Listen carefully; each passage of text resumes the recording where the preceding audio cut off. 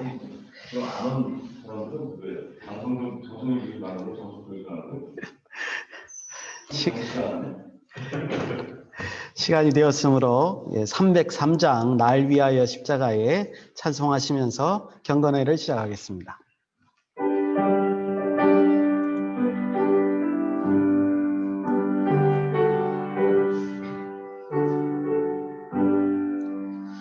날 위하여 십자가에 중한 고통 받으사 대신 죽은 주 예수의 사랑하신 은혜요, 보배로운 피를 흘려 영영 죽을 죄에서 구속함을 받은 우리 어찌 찬양 안 할까. 예수 안에 있는 우리 한량없이 즐겁고 주 성령의 위로함이 마음속에 차도다. 천국 음악 소리 같은 은혜로운 그 말씀 끊임없이 듣는 우리 어찌 찬양 안 할까. 이 세상의 모진 풍파 쉬지 않고 울어도 주님 안에 보호받는 우리 마음 변하다. 늘 깨어서 기도하고 저 천국을 바라며 주님만을 기다리니 어찌 찬양 안 할까. 아멘. 사도신경으로 우리 신앙을 고백하시겠습니다. 나는 전능하신 아버지 하나님 천지의 창조주를 믿습니다. 나는 그의 유일하신 우리 주 예수 그리스도를 믿습니다. 그는 성령으로 잉태되어 동정녀 마리아에게서 나시고 본디오 빌라도에게 고난을 받아 십자가에 못 박혀 죽으시고 장사된 지 사흘 만에 죽은 자 가운데서 다시 살아나셨으며 하늘에 오르시어 전능하신 아버지 하나님 우편에 앉아 계시다가 거기로부터 살아있는 자와 죽은 자를 심판하러 오십니다. 나는 성령을 믿으며 거룩한 공교회와 성도의 교제와 죄를 용서받는 것과 몸의 부활과 영생을 믿습니다. 아멘. 오늘 보실 하나님의 말씀은 여호수아서 24장 1절에서 14절까지의 말씀입니다.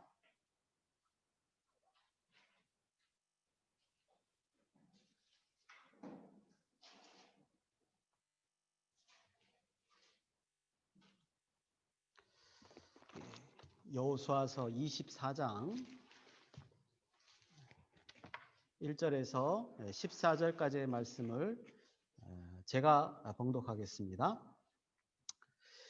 여호수아가 이스라엘 모든 지파를 세겜에 모으고 이스라엘 장로들과 그들의 수령들과 재판장들과 관리들을 부르매 그들이 하나님 앞에 나와 선지라.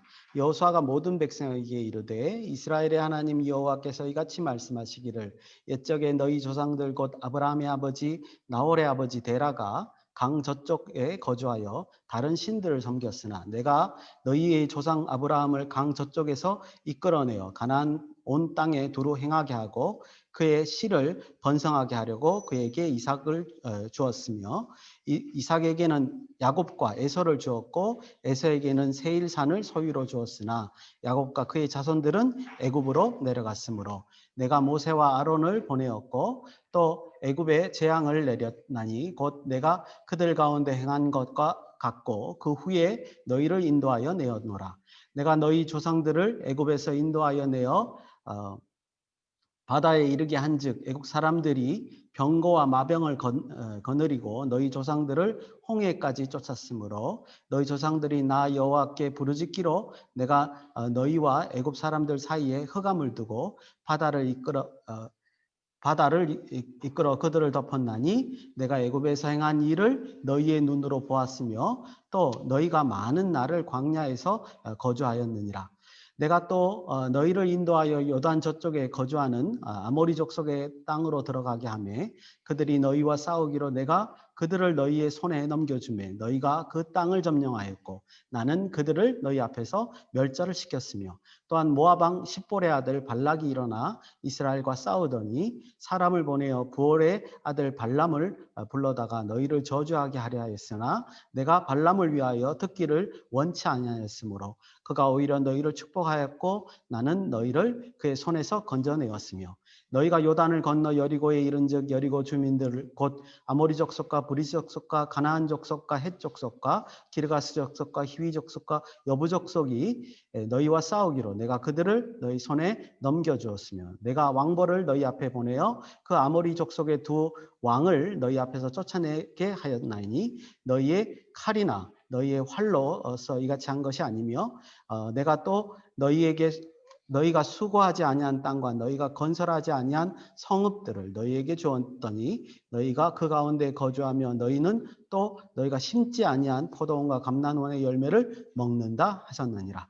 그러므로 이제는 여호와를 경외하며 온전함과 진실함으로 그를 섬기라. 너희 조상들이 강 저쪽과 애굽에서 섬기던 신들을 치워버리고 여호와만 섬기라.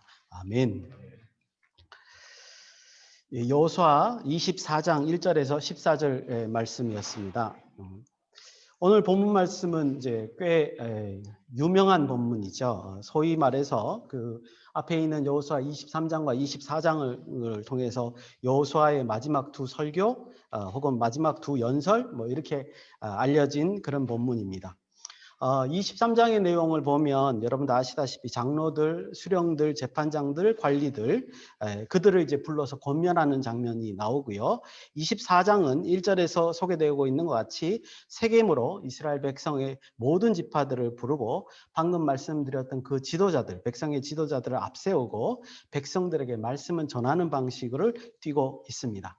그래서 23장을 비교해 보면 24장이 단순히 여호수아의 연설이나 설교를 위한 것이 아니라 무언가 행사를 진행하고 있다. 이런 이제 느낌을 우리가 받게 되죠. 근데 이제 그 뒷부분에 보니까 그것이 여호수아가 주관하는 언약식이었다라는 사실을 우리가 나중에 알게 됩니다. 그래서 기본적으로 오늘 이 말씀이 이런 분위기에서 언약식을 하는 분위기에서의 말씀의 전달이라는 것을 우리가 충분히 인지하고 말씀을 봐야 되지 않을까 이런 생각이 듭니다.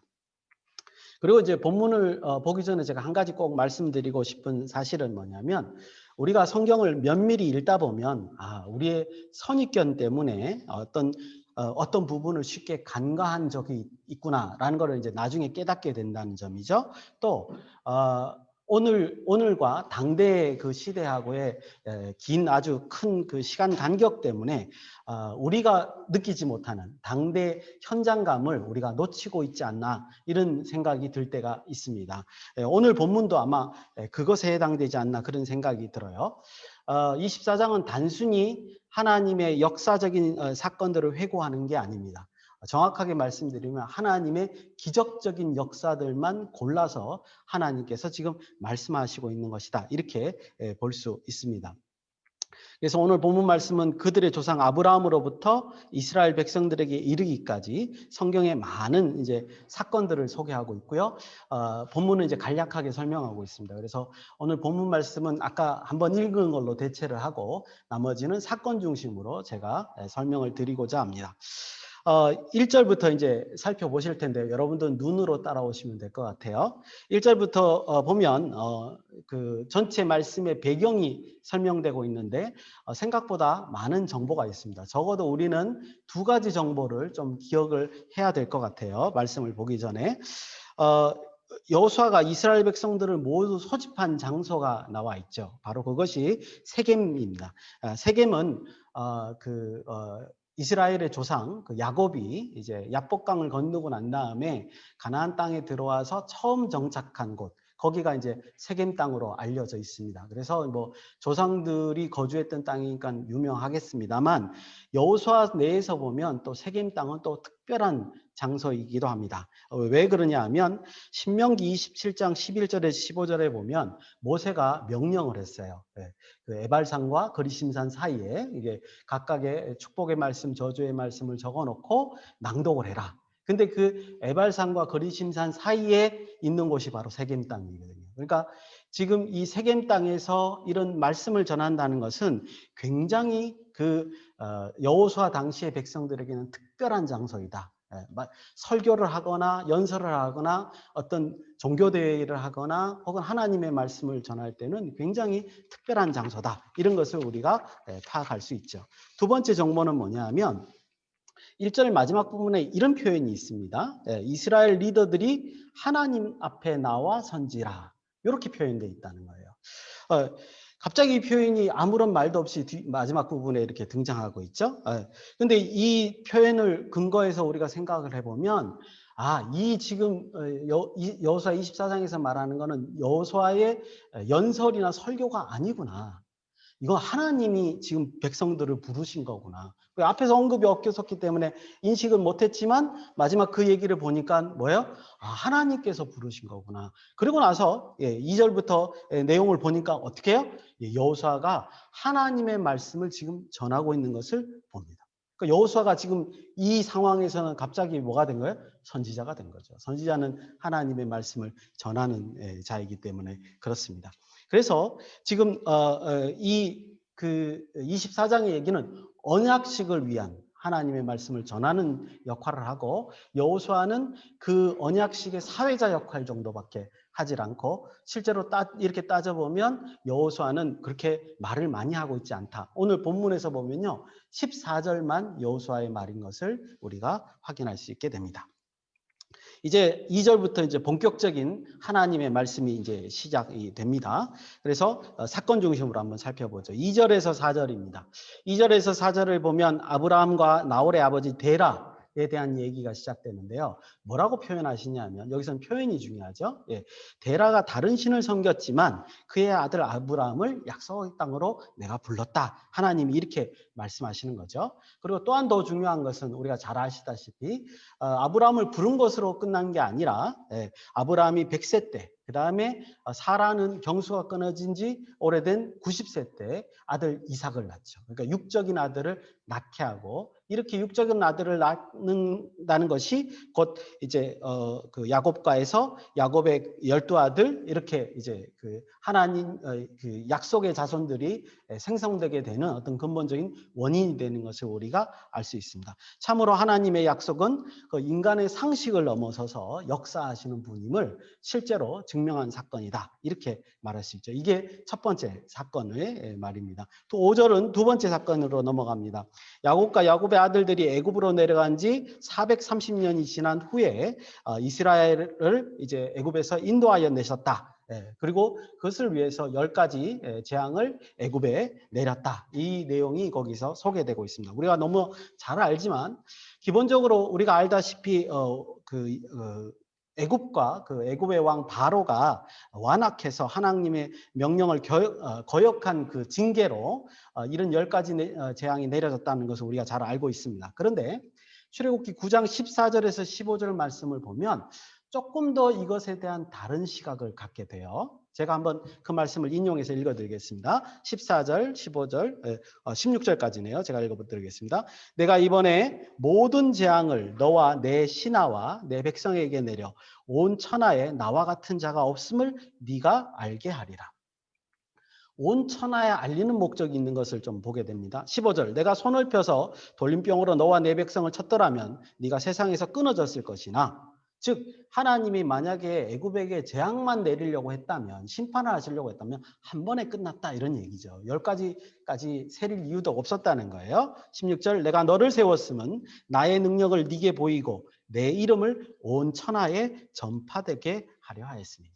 예, 이게 지금 출애굽기 9장에 나와 있는 내용이라는 거예요. 이 말씀에 의하면 그 당시 최고의 군사력을 가진 애굽을 10번의 재앙을 보이시면서 온 천하가 하나님의 능력을 숙고할 수 있도록 그렇게 하는 하나님의 의도가 여기에 있었다는 것을 우리가 잘 파악할 수 있게 됩니다. 하나님께서는 온 천하가 자신의 능력을 알게 하고자 하는 그 목적이 있었어요. 왜 그럴까? 우리가 그 이유를 좀 묵상해 볼 필요가 있습니다. 6절에서 7절 다음 사건을 통해서 이것이 더 명확해지는 것을 볼 수 있습니다. 6절에 7절은 이제 애굽을 나온 후에 홍해를 가르고 마른 땅으로 이스라엘이 건너가게 한 사건과 그 홍해에 이제 애굽의 그 병거와 마병을 수장시켰던 사건에 대해서 말씀하고 있는 것을 볼 수 있습니다.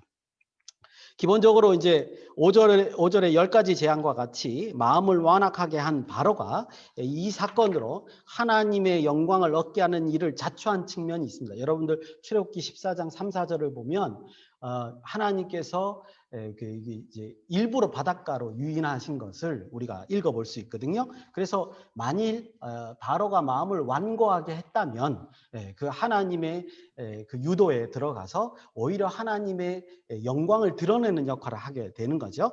제가 생각할 때 이 사건의 핵심적인 사실은 뭐냐면요. 그런 어떤 유도도 있지만 하나님의 자기 백성을 구원하고 인도하시겠다는 그 의지 표명, 강력한 의지 표명이 아닐까 그런 생각이 듭니다. 그것이 이 사건의 핵심적인 그 사건이라는 거죠. 그래서 하나님은 그 하나님이 만드신 자연 질서를 어쩌면 거스르면서까지 자기의 백성을 구원하시는 그런 모습을 이 홍해 사건으로 보여준다 이렇게 말씀드릴 수 있습니다. 근데 이것이 진짜 아까 우리 출애굽기 9장에서 보신 말씀 같이요. 온 세상에 알려지게 됐어요. 여호수아 2장 그 기생 라합의 고백에 의하면 이 사건이요. 무려 40년 후에 여리고 백성들의 간담을 녹게 한 이야기 중에 하나였다는 사실입니다. 정말 하나님께서는 이 사건을 통해서 그 모든 천하가 하나님의 능력을 알기를 원하셨던 거고 그것이 시행된 거죠. 또 7절 마지막에 보면 40년 광야 생활에 대한 것도 잠깐 언급을 하는데 여러분도 아시다시피 장정만 60만이라고 하는 사람들이 광야에서 40년 동안 머무른다. 이것도 사실은 굉장히 기적적인 얘기죠. 그런데 그 모세의 고백을 보면 신명기 8장에 그 만나와 메추라기로 먹이실 뿐만 아니라 의복도 헤어지지 아니하고 발도 부르트지 않았다. 이렇게 고백하는 것을 볼 수 있습니다. 이를 통해서 우리가 다 모두 합쳐서 이 사건을 통해서 알 수 있는 것은 하나님께서는 징계 중에도 은혜를 베푸시고 기적을 베푸시는 그런 분이다. 이것을 우리가 알 수 있죠. 8절과 12절 말씀입니다. 이번에는 8절과 12절 말씀은 민수기 21장 21절에서 25절 사건을 배경으로 하고 있습니다. 구체적으로 요단강 동편의 아모리족 속의 두 왕 시혼과 옥에 대한 그 사건을 말하는 거죠. 시혼은요 요단강 동편에 모압 평지를 중심으로 해서 북쪽으로는 야복강까지 이제 세력을 확대했고요. 남쪽으로는 아르논강까지 아르논강 이남에는 이제 모압이 있었죠. 그래 원래는 모압 평지가 모압이 그 차지하고 있던 건데 전쟁의 승리에서 모압을 밀어낸 거죠. 그래서 그 아르논강까지 이렇게 세력을 가졌던 왕입니다. 바산왕 옥은요 갈릴리호수 북동쪽에 있는 바산을 지배하면서 북쪽의 헤르몬산을 뒤로 두르고 앞에 있는 넓은 평지를 통해서 강력하게 그 세력을 유지했던 왕입니다. 이 두 왕이 요단강 동편에서는 굉장히 세력이 강했던 왕이다. 이런 것을 우리가 간접적으로 알 수 있죠. 근데 이들을 이스라엘이 물리친 겁니다. 역시 이 사건도요. 여호수아 2장에 보면 그 기생 라합의 고백을 통해서 이들을 물려쳤다는 그 사실 때문에 여리고 성 사람들이 마음이 높고 정신이 혼미했다. 이렇게 고백하고 있는 것을 볼 수 있습니다. 근데 정작 민수기에는요, 어떤 방식으로 하나님이 어떤 도움으로 이들을 물리쳤나 그것이 나와 있지가 않습니다. 예. 근데 이 본문 12절에 보면 그것에 대한 힌트가 나와 있어요. 뭐라고 돼 있죠? 왕벌을 보내신 거예요. 전투하기 전에 왕벌을 보내셔서 그들을 물게 하시고 그 다음에 전쟁을 수행하셔서 그 무시무시한 강력한 적들을 물리치신 거다. 이렇게 지금 설명하고 있는 겁니다. 이스라엘의 전쟁 능력이 뛰어나서 그들을 물리친 것이 아니라 하나님께서 사실은 이 전쟁을 승리로 이끄신 기적적인 사건이었다는 것을 잘 보여주고 있는 겁니다. 9절에서 10절 사이 말씀을 보시면 미디안의 거짓 선지자 발람의 이야기를 소개하고 있는 것으로 우리가 알 수 있습니다. 민수기 22장에서 24장까지 상당히 민수기 기사에서 길게 소개하고 있는 부분인데요. 여기의 내용은 아주 간단하게 제가 말씀을 드리면 이거죠. 하나님이 이스라엘 백성이 인지하지도 못하는 적을 하나님이 보호하셨다. 적으로 통해서 보호하셨다. 이걸 알 수 있습니다. 여러분이 잘 아시다시피 발람이 저주를 하려고 했으나 하나님께서 막으셔서 저주를 축복으로 바꾸신 그런 사건인 것을 우리가 알 수 있죠. 마지막으로 이제 11절과 13절입니다. 이번에는 이제 요단강 동편이 아닌 서편의 전쟁 승리에 대한 얘기를 하고 있는 것을 볼 수 있습니다. 제가 생각할 때는요, 여리고성, 그 다음에 아이성 전투를 제외하고는 나머지 전투는 모두 여호수아 10장과 11장에 나오는 것이고, 그리고 여리고성의 전투와 아이성 전투는 조금 다른 성격으로 봐야 된다. 개인적으로 그렇게 생각하고 있습니다. 길게 말씀은 못 드릴 것 같고요. 그래서 사실은 여호수아서에 나오는 전쟁의 이야기는 10장과 11장에 다 이제 기록됐다 해도 과언이 아닌데요. 10장에는 남부 연합군이 이제 침략해 와서 그 전쟁을 하던 전투이고, 11장은 북부 연합군이 전투하는 북부 연합군과의 전투 장면을 말하고 있습니다. 두 전투 모두 하나님의 전적인 개입으로 말미암아 승리하게 되었는데 10장 11절에 보면 이제 한 가지만 소개하면 큰 우박으로 이스라엘의 칼에 죽은 사람보다 우박에 죽은 사람들이 많았다. 이래서 이제 남부 연합군이 이제 패배를 하게 되는 것을 볼 수 있고요. 11장에 보시면 7절에 보시면 그 메론 물가에 이제 북쪽 그 연합군이 이제 집결해 있는데 말과 병거를 가지고 있었어요. 근데 지도상을 보면 그 메론 물가가 그렇게 넓은 지역이 아니거든요. 그래서 하나님께서 이스라엘에게 기습 공격을 하라고 명령을 하십니다. 아마 제가 생각할 때 뭐 자세한 설명은 안 나왔지만 이런 기습 공격이 그들이 병거와 말을 제대로 사용도 못 해보고 패배한 원인이 아니었을까 그렇게 생각해 봅니다. 근데 물론 8절에도 이제 하나님께서 이스라엘에게 그들을 넘기셨다 이런 표현도 나와 있습니다만요. 근데 저는 이제 이 사건들을 보면서 이 전쟁들을 보면서 어떤 생각을 하게 되냐면 만약 가나안 백성들이 공성전을 벌였다면, 즉 성에 머물러서 이스라엘 오는 침략을 대항하는 방식으로 전쟁을 치렀다면 과연 이스라엘이 승리를 그렇게 쉽게 할 수 있었을까? 이런 생각을 하게 된단 말이죠. 물론 뭐 여리고성이나 아이성 전투 같이 하나님께서 기적을 베푸실 수도 있습니다. 그런데 이런 공성전을 통해서 이스라엘에게 힘을 빼게 했다면 과연 가나안 정복은 이스라엘에게 쉽지 않은 그런 사건이었다라는 생각을 기본적으로 할 수 있게 됩니다. 그런데요, 제가 이런 문제를 제기한 이유는 뭐냐면 오늘 본문 13절에 보시면 하나님께서 이런 상황을 조성하는 다른 이유가 있음을 우리가 알게 됩니다. 우리 13절은 한 목소리로 한번 읽어보죠. 13절입니다. 시작. 내가 또 너희가 수고하지 아니한 땅과 너희가 건설하지 아니하는 성읍들을 너희에게 주었더니 너희가 그 가운데 거주하며 너희는 또 너희가 심지 아니한 포도원과 감람원의 열매를 먹는다 하셨느니라. 아멘. 예. 무슨 뜻이냐면요. 공성전을 펼쳤더라면 아마 성읍이 많이 파괴가 됐을 거예요. 근데 하필이면 이 사람들은 연합군을 형성을 해서 남쪽에서 한번 북쪽에서 한번 쳐돌아서 거기에서 다 몰살당한 거예요. 그랬더니 실제적으로 성이요 부서지지도 않고 이스라엘이 거저 얻는 거예요. 왜냐하면 성 안에는 더 이상 싸울 군사들이 없거든요. 쉽게 뺐을 거예요. 포도원도 마찬가지고 감람원도 마찬가지고 집도 마찬가지인 거예요. 이스라엘은 들어가서 그냥 차지만 하면 되는 상황이 여기서 벌어진 겁니다. 더 놀라운 사건은 뭐냐면 신명기 6장 10절에서 15절. 여러분들 잘 아는 신명기 본문 쉐마 본문 아시죠? 그 밑에 10절에서 15절 본문을 보면 모세가 이 얘기를 하고 있다는 거예요. 너희가 가나안 땅에 들어가서 이렇게 거저 공짜로 이 성읍과 폼도원과 감람원 집을 얻게 된다면 그 다음 말이 중요하죠. 모세가 뭐라고 그러냐? 제발 오직 하나님만 섬겨라. 우상을 섬기지 마라. 이런 권면을 하고 있는 거죠. 그러니까 하나님께서는요, 이걸 다 알고 계시는 거예요. 그래서 지금 여호수아가 가나안 땅을 정복하고 난 다음에 이제 24장에 여호수아가 이제 110세가 됐는데 시간이 오래 지난 후에 하나님께서는 이 말씀을 다시 하시면서 이스라엘 백성들에게 이 모세의 말을 다시 기억나게 하는 그런 역할을 한다. 이렇게 볼 수 있습니다. 이제 드디어 오늘 본문에 유일하게 여호수아가 자신의 말로 백성들에게 권면하는 말이 14절에 등장합니다. 제가 읽겠습니다. 그러므로 이제는 여호와를 경외하며 온전함과 진실함으로 그를 섬기라. 너희의 조상들이 강 저쪽과 애굽에서 섬기던 그 신들을 치워버리고 여호와만 섬기라. 아멘. 여호수아의 말은 아주 간단합니다. 하나님의 역사들을 너희가 듣고 보고 경험해보지 않았느냐.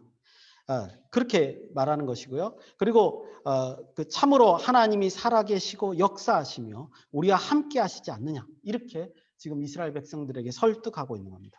만일 너희가 지금 이 경험들을 통해서 그렇다고 알고 깨닫게 된다면 정말로 두렵고 떨리는 마음으로 온전함으로 진실함으로 그냥 하나님을 믿는다 말로만 하는 것이 아니라 진실함으로 여호와 하나님을 사랑하고 섬겨야 하지 않느냐. 여호수아가 이렇게 정리하면서 권면하고 있고 이제 언약식을 주관하기 전에 이렇게 설득하고 있는 것을 우리가 볼 수 있습니다. 이제 오늘 말씀을 짧게 묵상해 볼 텐데요. 제가 한 가지 짧게 묵상하기 전에 한 가지 사람의 심리에 대한 그 책을 하나 소개시켜드리려고 합니다. 2017년에 노벨 경제학상을 수상한 리차드 탈러의 책입니다. 넛지라는 책인데요. 거기에서는 이제 경제 이론과 달리 사람의 심리가 비논리적이다라는 성향을 띠고 있다는 거, 그것을 잘 설명하는 책이기도 하고, 그 심리를 또 이용해서 이제 넛지 마케팅, 넛지 이펙트를 설명하는 책이기도 합니다. 영어로 넛지라는 표현은 이제 팔꿈치로 이렇게 슬쩍 찌르다, 주의를 환기시키다 이런 뜻이죠. 그래서 이것이 암시하는 바는 뭐냐면 사람을 일정한 방향으로 유도한다는 그런 의미를 가지고 있습니다. 사람의 심리 가운데 이제 예를 들어서 제가 하나 설명을 드리면 사람의 심리 가운데 현상을 유지하려는 그런 성향이 있어요. 그것을 현상 유지 편향이라는 심리학적 용어가 있는데요. 이런 거를 이제 마케팅에 이용할 수 있다는 거죠. 실제로 이제 우리 사회에서 그런 것이 많고요. 예를 하나 들으면 이제 아메리칸 익스프레스라는 그 회사가 있는데 거기서 이제 이렇게 독자들에게 권유를 했답니다. 석 달치 무료 구독권을 줄 테니까 구독을 해라. 단 석 달이 지난 후에는 정상적인 요금을 내야 된다. 이렇게 이제 광고를 했다는 거예요. 그래서 이제 사람들이 어떻게 하나 봤더니 물론 상당수의 많은 사람들이 이제 석 달 후에 구독을 끊을 수도 있었죠. 근데 어떤 사람은 무려 10년간 그 잡지를 읽지도 않으면서 계속 구독하고 있었다는 사실을 알게 되었습니다. 그래서 이렇게 이런 현상이 벌어지는 것은 아까 말씀드린 대로 뭐예요? 예, 그 현상 유지를 하려는 그런 편향성이 우리 심리 가운데 있고 그것을 마케팅에 이용한 사례다 이렇게 말하고 있습니다. 그 탈러 교수는요 이런 현상들을 가지고 우리는 뭐냐면 사회가 우리를 넛지하고 있다 이렇게 표현하는 거예요. 강요는 하지 않았지만 자연스럽게 선택을 유도하는 행위다 이렇게 말을 하는 거죠. 이런 게 사회에 지금 만연하고 있다라는 걸 이렇게 찝어서 우리에게 보여주고 있는 겁니다. 지금까지 소개해드렸던 이 탈러 교수의 표현대로 제가 말씀을 드리자면 오늘 본문 여호수아 24장의 말씀은 여호수아와 이스라엘 백성들을 하나님께서 거룩한 방식으로 넛지하신 것이다. 이렇게 말씀드릴 수 있습니다. 하나님께서는 자신 있게 내가 너희에게 이렇게 했다. 이렇게 지금 선포하고 계시는 겁니다. 아브라함으로부터 지금까지 오늘 본문을 통해서 요약하고 있으며 이것이 무엇 때문에 넛지하고 있었는가를 설명하고 있다. 이렇게 말씀드릴 수 있습니다.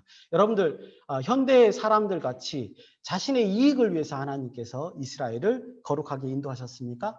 본문 내용을 보면 전혀 그렇지 않죠. 오히려 이스라엘을 위한 하나님의 역사와 보호와 선택이 있었음을 본문이 증거하고 있습니다. 왜냐하면 하나님께서는 그분의 손으로 창조하신 모든 피조물들을 사랑하시고 진정으로 태초의 창조 질서를 회복되게 하여 하나님의 은혜를 향유하도록 바라는 그 마음이 있었기 때문에 그렇습니다. 그래서 먼저 이스라엘을 회복해 하시는 것이고요. 이스라엘을 통해서 그를 도구로 사용하셔서 전 인류를 회복하고자 하는 하나님의 의도가 여기에 깔려 있기 때문에 그렇습니다. 제가 생각할 때 코로나19 상황을 겪는 우리도 굉장히 중요한 기로에 있다는 생각이 듭니다. 저는 우리는 지금 우리의 신앙을 점검하고 있는 그런 상황이 아닌가 그런 생각을 해봅니다. 왜냐하면 어떤 이유에서든지 우리의 예배가 대면 예배냐 비대면 예배냐 이런 것을 구별하게 만들고 있기 때문에 그렇습니다. 즉 우리 하나 됐던 우리를 지금 나누고 있죠. 상황이 나누고 있습니다. 우리를 어쩌면 넛지하고 있는 거죠. 근데 그로 인해서 더 중요한 것은 뭐냐면 어떤 이유로든지 말씀을 더욱 가까이 할 것이냐 가까이 하지 못할 것이냐 이런 기로도 서 있는 것을 볼 수 있습니다. 그럼 우리가 생각을 해야 되죠. 판단을 해야 됩니다. 그리고 금방 제가 말씀드린 것처럼 그렇다면 우리의 선택은 하나님의 거룩한 너츠에 어떻게 해야지만 합당한 반응을 할 것인가 이것을 생각하게 만들죠.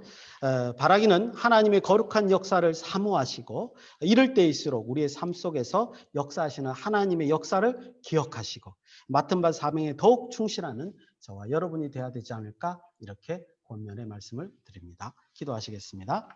참으로 고마우신 아버지 하나님 은혜를 감사합니다. 오직 하나님의 역사를 통하여 우리의 삶이 교정되는 귀하고 복된 역사가 우리 가운데 있도록 인도하여 주시옵소서. 교회의 머리가 되시는 우리 주 예수 그리스도의 은혜와 하나님의 놀라우신 사랑과 성령님의 위로 교통 역사 충만하심이 우리 서신원의 원우들의 머리 위에 그의 가정 위에 사업터에 이제로부터 영원히 함께 있을지어다. 아멘. 함께 하시고 주시옵소서.